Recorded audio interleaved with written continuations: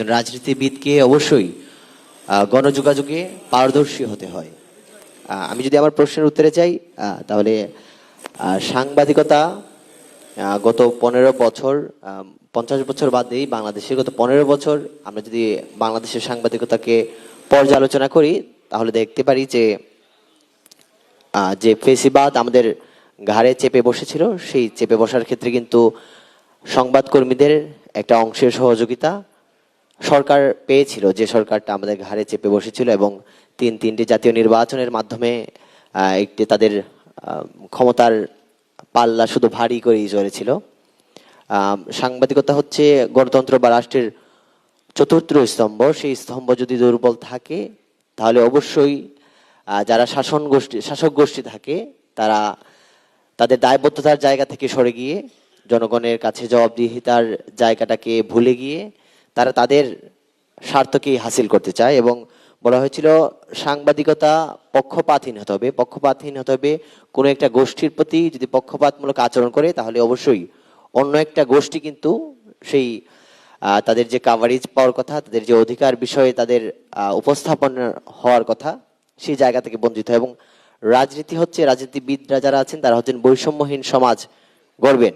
সেইখানে তারা শুধু নিজ সংগঠনের বা নিজ মতাদর্শের মানুষের বাইরে গিয়ে সবার প্রতি বৈষম্যহীন দৃষ্টি রাখবেন, সেই জায়গাটা বজায় রাখা। এবং দুইটা, আমি যদি সাংবাদিক আমার ডিপার্টমেন্টের সাথে আমার রাজনীতির যে জায়গাটা সেই জায়গাটা মিল রেখে আসলে আমাকে প্রশ্ন করা হয়েছে। এবং একজন সাংবাদিক, আমি একজন সাংবাদিক সংবাদকর্মী নই, কিন্তু যদি একজন সাংবাদিকের জায়গা থেকে আমি দেখি, যেহেতু আমি একটা একাডেমিক এরিয়ায় পড়াশোনা করেছি, সাংবাদিকতার বিষয় আশয় নিয়ে আমার নিবিড় পড়াশোনা আছে, সেইখান থেকে সাংবাদিকের যে পক্ষপাতমূলক আচরণ সেই আচরণের কারণেই কিন্তু বাংলাদেশে একটি ফ্যাসিবাদী সরকার প্রতিষ্ঠিত হয়েছিল। আবার রাজনৈতিক নেতৃবৃন্দ যারা ছিলেন তারাও কিন্তু একটা বৈষম্যমূলক আচরণ করেছেন এবং শুধু একটা নির্দিষ্ট গোষ্ঠীর নির্দিষ্ট কিছু বিষয়কে প্রাধান্য দিয়েই তাদের রাষ্ট্র কাঠামো পরিচালনার চেষ্টা করেছেন।